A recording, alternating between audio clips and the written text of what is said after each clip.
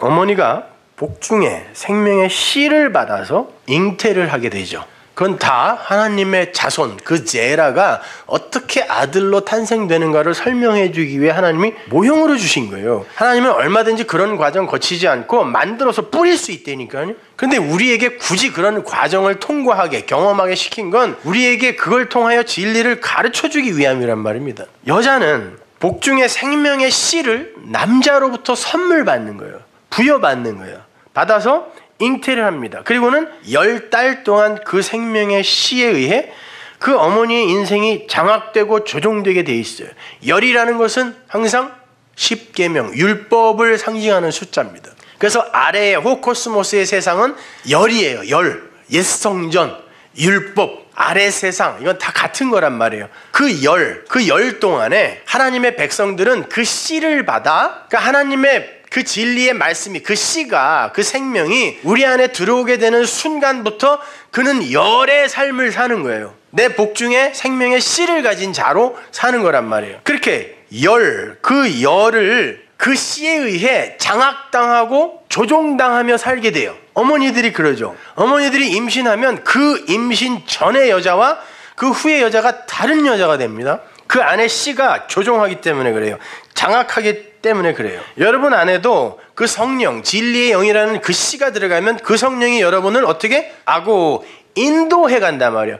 끌고 간단 말이에요. 생명의 씨를 받지 못했을 때 여자로서 추구하던 모든 욕망과 애씀을 그 씨에게 빼앗겨요. 아니, 나는 안 빼앗기려고 안간힘을 쓰는데 어떻게 빼앗기게 돼요. 심지어 먹는 것까지 조종당해요. 내가 좋아하는 건 따로 있어요. 그런데 내 씨가 먹으라고 하는 걸 먹게 돼요. 그 입덧이. 아니, 먹는 것까지 바뀌어요. 그 안에 씨가 너는 이걸 먹어야 돼 라고 조종한다니까요. 생명의 씨를 잉태하지 못했을 때 여자가 좋아하던 그 먹거리는 그 여자를 살리는 양식이 되지 못한다라는 것을 그 복중의 씨가 알려주는 거예요. 상징이에요. 물론 당신은 내가 먹으라고 하는 걸 먹어야 산다라는 암묵적 강요예요. 씨의 강요, 생명의 씨의 강요. 그걸 입덧으로 우리에게 보여주는 거예요. 당연히 여자는 힘들죠. 여자 그러니까 뭐 딴 사람 생각할 거 없어요. 우리 얘기예요, 여러분. 신랑인 그 하나님, 그 예수 그리스도 말고 그 예수 그리스도와 연합되어 비로소 존재가 될 수 있는 우리 얘기하는 거예요. 이 땅에 내려온 하나님의 신부 얘기. 그 여자는 힘들죠. 어렵죠. 고통스럽습니다. 크로노스의 시간을 사니까. 그런데 그 크로노스의 시간 속에서 자기 몸을 가꾸고 자신의 건강을 위하며 자기 몸을 자랑하는 삶이 점차 지양돼요. 지향되는 게 아니라. 그때만큼은 조금 살이 쪄도 용서가 되고 부스스한 채로 마켓을 가는 것도 스스로에게 용인이 돼요. 그 전에는 정말 허리가 1cm 두꺼워지는 것도 스스로 용납이 안 돼. 그래서 자기를 막 학대해. 꼬집기까지 하고. 근데 임신하고 나면은 여자들이 코끼리가 돼도 아무렇지도 않게 돌아다녀요. 왜? 내 안에 생명이 있거든. 씨가 있거든. 이거 하나로요. 그 씨에 의해 조종당하는 거예요. 좋아하던 커피나 몸에 안 좋다는 음식들도 스스로 자제하게 돼요.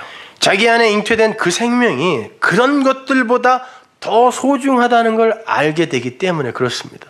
성도의 삶에 이 삶이 나타나게 돼 있어요. 그러나 원래 자기 자신만을 위해 살도록 태어난 선악과 입의 문 아담들이 그렇게 자기 자신의 욕망을 몰수당하는 삶을 살게 되는 게 고통이 아닐 수가 없죠.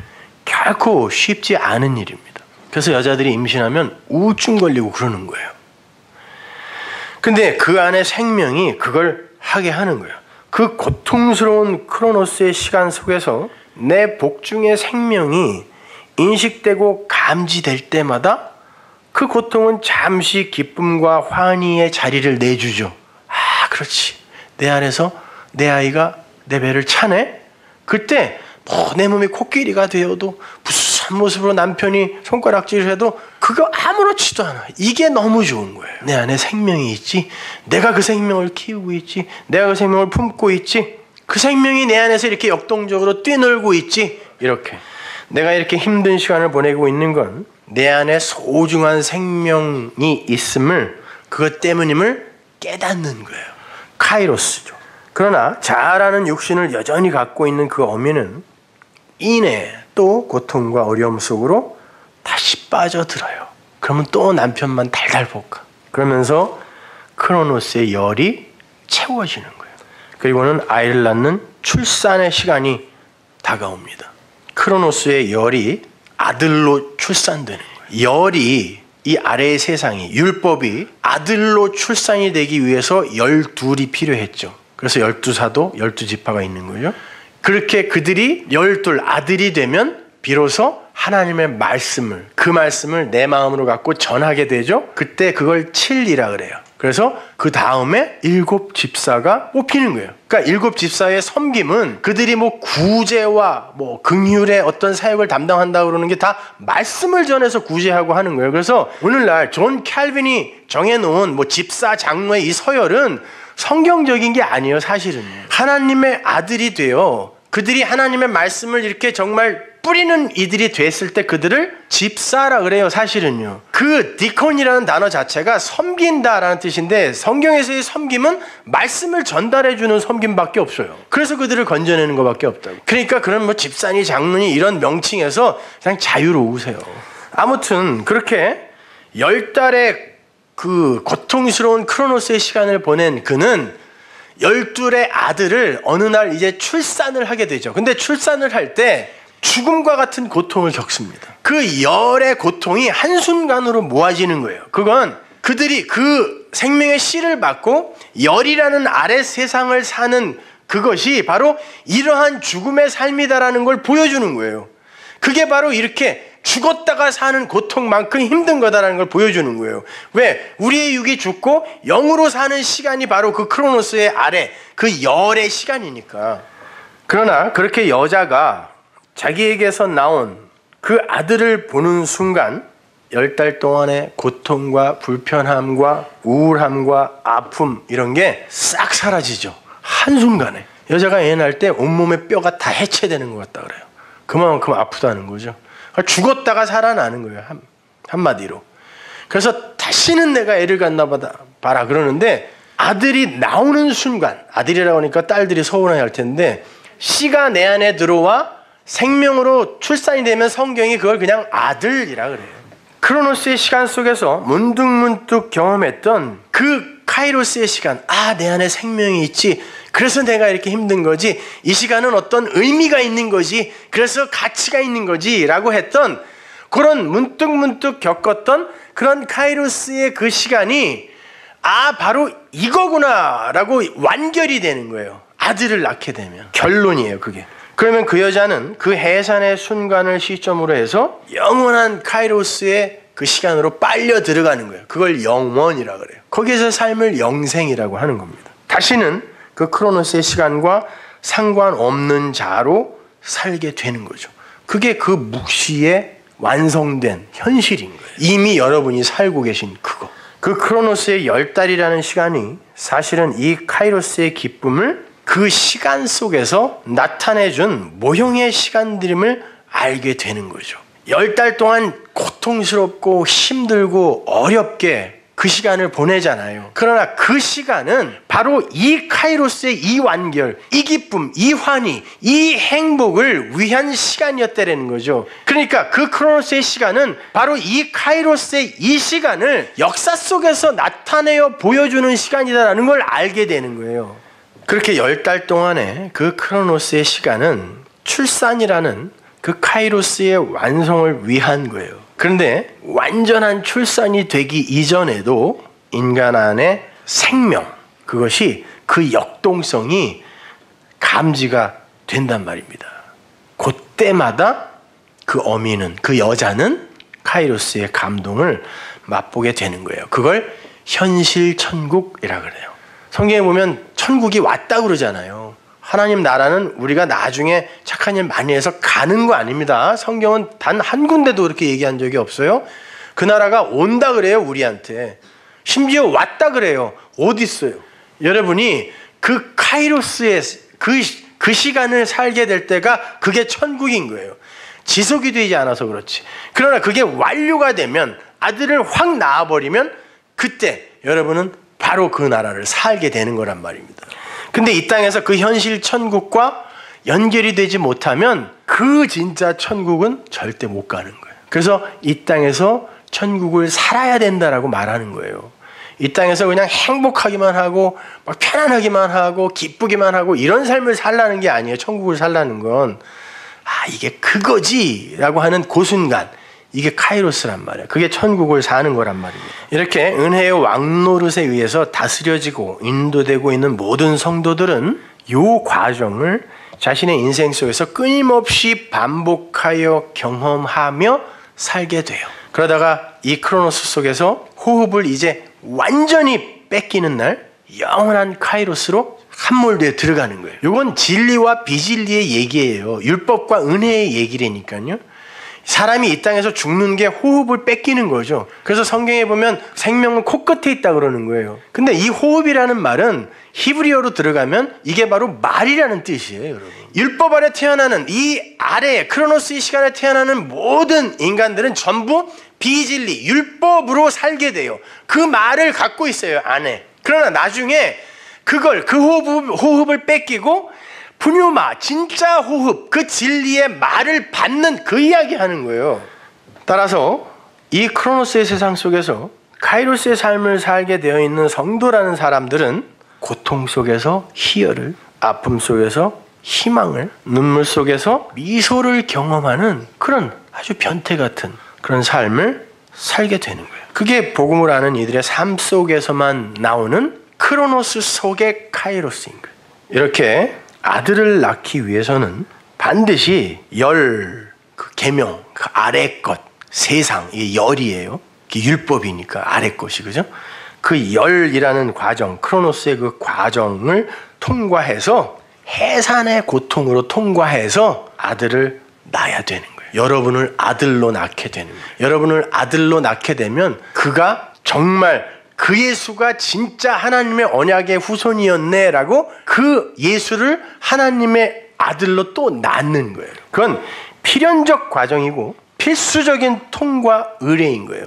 있을 수도 있고 없을 수도 있는 게 아니에요.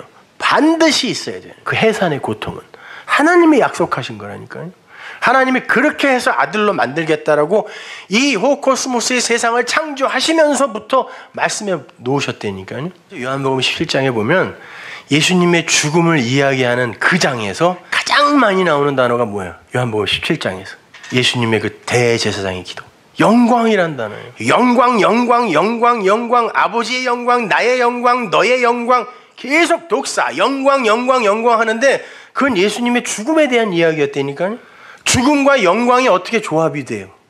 근데 성경은, 주님은 그것이 영광이다 그런다니까요. 내가 그 십자가에 매달려 죽는 게, 그 십자가에 매달려 죽는 게 아버지의 영광이 나타나는 거야. 내가 그 영광을 드러내는 거야. 아버지께 영광 돌리는 거야.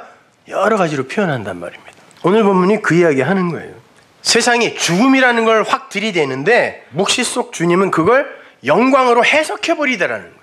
그게 어떻게 가능하냐? 우리에게서 그게 가능해야 되는 것입니다. 그게 복음을, 진리를 마음으로 가진 자들의 삶인 거란 말이에요. 이건 진짜 내용이 아니다. 이건 모형이다.